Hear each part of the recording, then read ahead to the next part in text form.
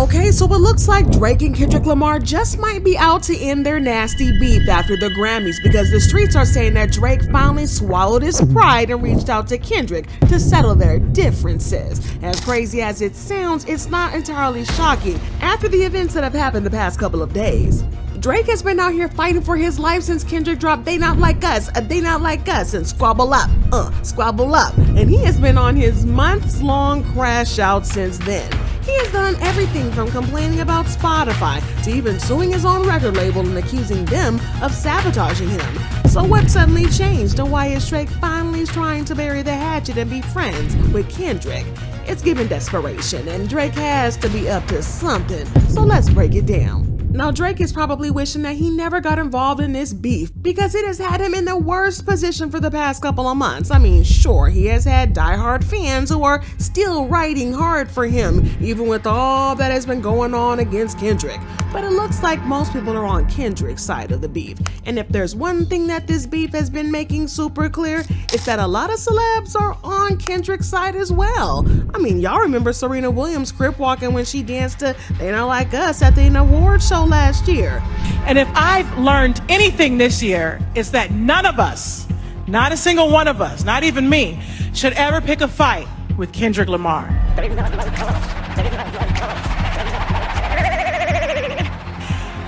He will make your hometown not like you. The next time Drake sits courtside at a Raptors game, they're gonna Forrest Gump him. Sight's taken. But that's not even all of it, because Metro Boomin and Future also backed Kendrick during the beef. Metro Boomin accused Drake of shady tactics and trying to sabotage him. Metro Boomin tweeted, "I'm lame, but the first week after Like That, you tried to block it at radio. I've been sitting on this email for a month now, but was just sparing you. Oh, you ain't like that record." He also hinted that he had some very heavy tea on Drake, saying, "Now go make another song, tell him more lies, cause we both know you can't tell everyone why I don't F with you. That wouldn't be a good look either for you, so I'ma spare us both with that." This is the same Metro Boomin that made BBL Drizzy. BBL Drizzy. But Rick Ross jumped into the chat and also made it clear that he was Team Kendrick. But to be fair, that was because Drake dragged him unprovoked into one of his diss tracks against Kendrick. In the song Push-Ups, Drake said, "I'ma take your latest girl and cuff her like I'm Ricky. Can't believe he jumping in, this ninja turning 50. Every song that made it on the chart he got from Drizzy. Spend that little check, you gotta stay out of my business." He took a shot at Rick Ross, the boss, because he was featured on Metro Boomin and Drake's collaborative album where they dragged Drake, even though Rick Ross didn't personally come for him. Well, for obvious reasons though, Rick wasn't going to take this lying down. He dropped his own diss track against Drake, Champagne Moments, in which he exposed Drake for using a ghostwriter. But he didn't stop there, because he also shamed Drake for being a weakling, saying, "Getting bullied, don't walk up on me cause the clip is fully. Ninjas P, don't wanna push me, I'm like, really Woody? Like his moves, but he never had to fight in school. Always ran another ninja, had to write your grooves. Flow is copy and paste, Weezy gave you the juice. Another white boy at the park, wanna hang with the crew."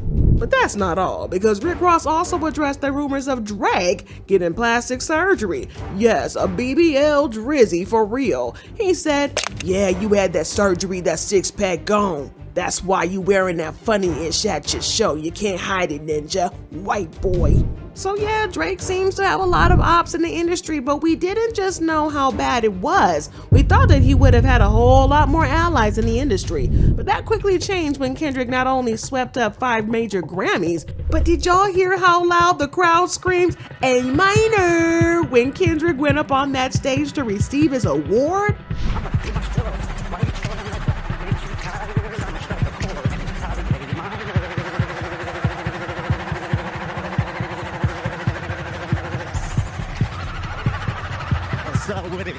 And he was decked out in the Canadian tuxedo. Y'all, I know this broke Drake down bad. And it just goes to show just how massive the support for Kendrick is in the industry.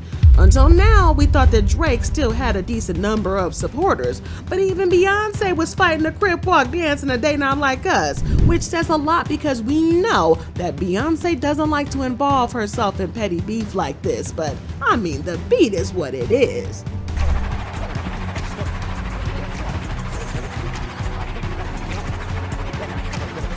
Y'all, she was smiling big and dancing her little heart out. Beyonce usually keeps a cool head and a blank, polite stare at events like this, so she really made a statement with her dance. But she wasn't dancing as hard as Taylor Swift. Did y'all see her? She was on the side trying to crip walk herself. However, the worst part of the night was probably the realization that Drake's own team turned against him. Drake is signed to Universal Music Group, whose CEO is Lucian Grange. You'd think that Lucian would be on Drake's side, right? I mean, after all, Drake is a major moneymaker for the label. However, when Kendrick won the award for Song of the Year, we could clearly see Lucian Grange high-five Dr. Dre, and it was clear as day that they were super happy about Kendrick's win.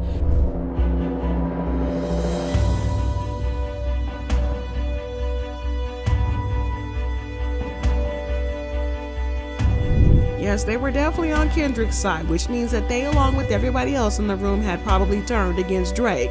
But why on earth would his own label turn against him and celebrate his ops win? Well, it probably had something to do with Drake's insane lawsuit against Universal Music Group, accusing them of sabotaging him. Drake decided to sue UMG after it was announced that Kendrick would headline the Super Bowl. Drake completely lost it and decided to take his frustrations to court, filing lawsuits left and right against anyone he believed had played a role in what he saw as an industry-wide conspiracy against him. According to his legal filings, he was convinced that Universal Music Group and Spotify had been working behind the scenes to manipulate streaming numbers in favor of Kendrick Lamar's diss track, They Don't Like Us. He claimed that two companies had deliberately inflated the track's popularity, making it seem like an even bigger cultural moment than it actually was. In Drake's eyes, this wasn't just about industry politics, it was a full-scale operation designed to tear him down while artificially boosting his biggest rival. But instead of gaining sympathy, Drake's lawsuits had an opposite effect. The industry wasted no time turning against him, and social media lit up with people dragging him for filth. And many argued that his legal battle only confirmed that Kendrick had been saying all along, that Drake was out of touch, desperate, and grasping at straws. His critics saw the lawsuit as nothing more than a last-ditch effort to salvage his reputation after losing the rap battle. And if that wasn't bad enough, Kendrick's infamous colonizer insult started to hit even harder, with fans using it as yet another reason to clown Drake for trying to sue his way out of an L.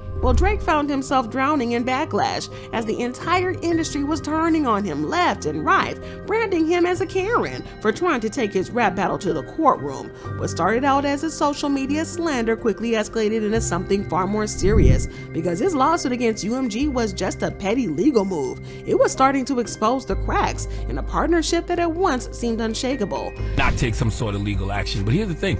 The person who has the real defamation case in this situation is Kendrick's woman. Because Drake not only said Kendrick was beating on her, he said that Dave Free, Kendrick's business partner and friend, was the real father to one of Kendrick's kids. So if you're going to accuse somebody of defamation, you must first make sure you too aren't guilty of defamation, okay? Drake saying that Kendrick defamed him is indeed the pot calling the kettle beige, but that's not even why I'm giving him Donkey of the Day, okay? I'm giving him Donkey of the Day because Drake is proving without a shadow of a doubt that he simply doesn't understand culture. Now, for years, UMG had been one of Drake's biggest protectors, allegedly going above and beyond to shield him from scandals that could have ended his career. Their relationships weren't just about music, it was about power, influence, and control. Because back in 2021, UMG handed Drake an eye-watering $500 million deal, an unprecedented amount of money in hip-hop, proving that he was operating on a different level from the rest of the industry. And it wasn't just about the money. UMG's CEO, Lucian Grange, made it clear that Drake had a blank check whenever he wanted. That label had treated him like hip-hop royalty, ensuring that his reign remained untouched. But now things were shifting in a way that no one saw coming. By suing the very company that had invested in him heavily, Drake wasn't just biting the hand that fed him, he was risking the entire empire that they had built together. And people started wondering if this legal war was just the beginning or the deeper fallout. Was this the moment Drake and UMG's loyalty finally reached a breaking point, or was there something even bigger brewing underneath the surface? So you remember that lawsuit producer Lil Rod filed against Diddy back in February, right? Well, a lot of people might have missed is that the original filing didn't just go after Diddy. It also named Lucian Grange and UMG as one of the co-defendants. That's right, the very same UMG that has been protecting Drake for years. According to Lil Rod, Lucian wasn't just some industry executive minding his business. He allegedly had direct involvement in financing and enabling Diddy's shady activities. Now add that to the fact that Drake, UMG's prized possession, is suddenly suing them, and things start to look real suspicious.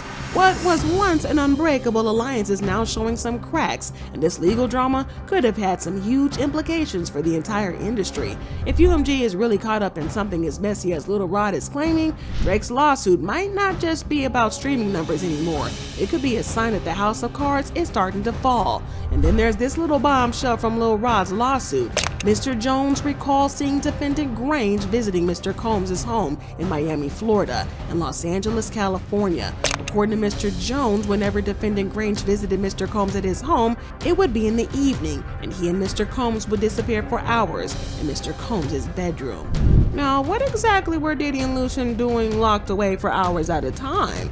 That's the million-dollar question, and with all these lawsuits flying around, it might not be long before we get some answers.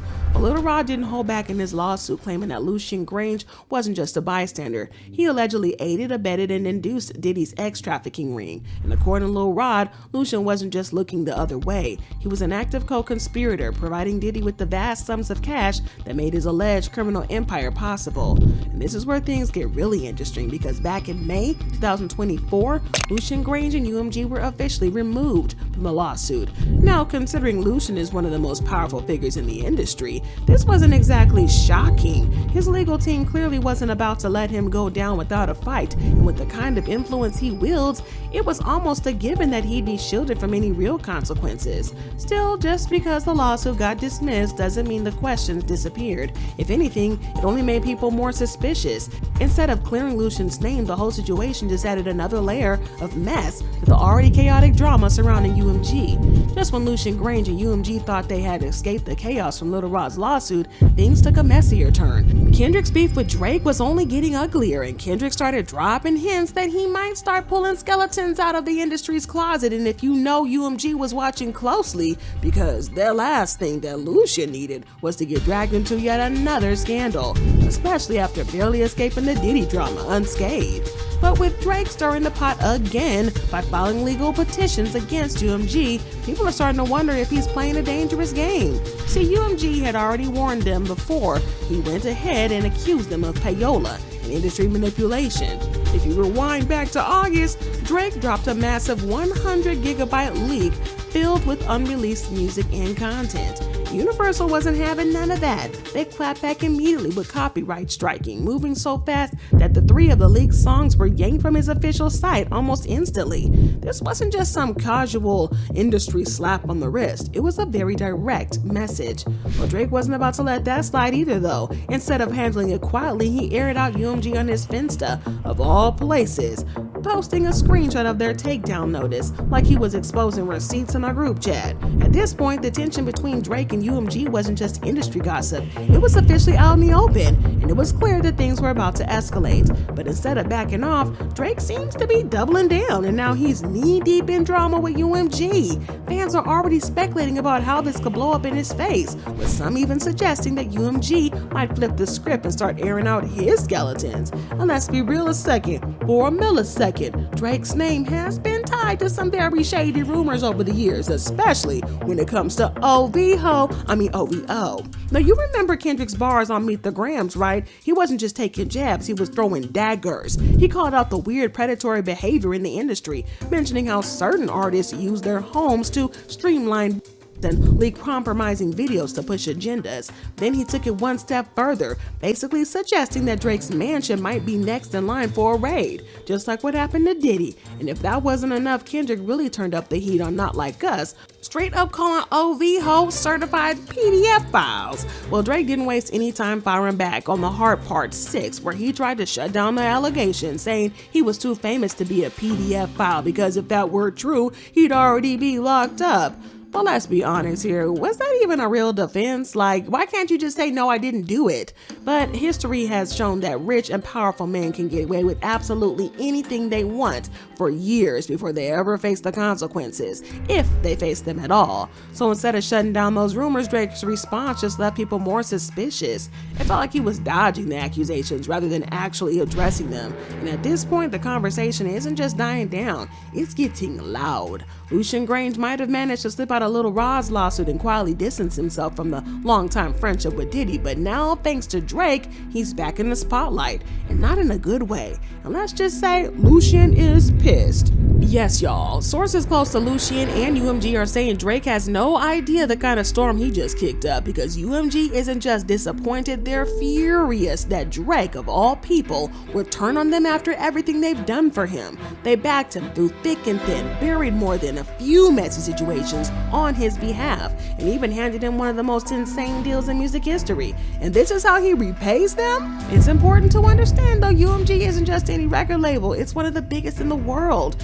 Crossing them is no small thing. Drake's legal action isn't just bad PR for UMG, it's a straight up betrayal in their eyes. And this is the same label that elevated him to untouchable status, threw hundreds of millions of dollars his way, gave him perks that most artists could only dream of. And now, the relationship is looking real shaky, and the fallout could be way worse than Drake realizes, especially with Lucian publicly celebrating Kendrick's wins. But here's where things take a serious nosedive. Some insiders are now alleging that UMG might have used some upper-handed tactics to push Drake's music on streaming platforms. Now, Drake's accusing UMG of using those exact same tactics to artificially boost Kendrick's diss track They Not Like Us. If those allegations hold any weight, it could mean major trouble for both Drake and UMG, especially since the tables could turn in ways they never saw coming. Now, you'd think that Drake would have learned a thing or two from this whole situation, right? Wrong. Word on the streets is that he's not backing down. He's allegedly gearing up for another diss track aimed at Kendrick. And to top it all off, he's reportedly planning to sue the Grammys. Y'all, it's like he's completely ignoring all the lessons he should have learned by now. If you're not gonna take the L, Drake, at least take the lesson, because it's common knowledge by now that Kendrick is not the one you wanna go toe-to-toe to in a rap beef. But here's where Drake is, completely ignoring that memo. On top of all this, he's got Grammys and UMG coming at him for the same time. Reports are swirling that he's been blacklisted due to his actions, and let me tell you, it's not looking good for him. He's opening up way more problems than he knows how to handle, and it's starting to feel like he's really out here digging his own grave, which explains the new reports that he is trying to suck up to Kendrick and put the whole thing behind them. He knows that he is fighting a losing battle, and even though he is one of the top rappers in the world, he knows better than to try to go against UMG because they have resources that he could only dream of. They would completely ruin him without even trying hard, and not even his diehard fan base could save him. But interestingly enough, Drake made a statement with his entrance at a recent concert after the Grammys, wearing a hoodie with bullet holes and smoke coming out of it.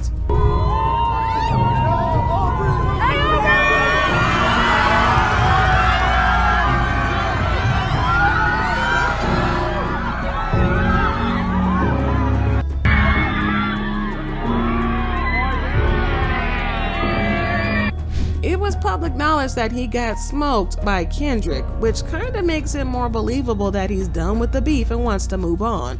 And it looks like Kendrick is ready to end the beef as well, maybe, because in a new interview, he claimed that it was all in the name of sport. I think from day one was to always keep the nature of it as a sport. You know, I don't care how much you look at it as far as like, as a collaborative effort, you know, that's cool too, but I love when artists grit their teeth. Like, I still watch battle raps. I still watch Smack URL from Murder Mook to Lux to Tay-Rock, you know, my bro Daylight. This has always been the core definition of who I am, and it's been that way since day one. So I don't think it was a thing for this year. It was always just a continuum. And what I will say about this year, it was more from a space where I think a lot of people was putting rap to the back, and you didn't see that. What does this mean? Is the beef really over? Drop your thoughts and comments below, and then check out this next video.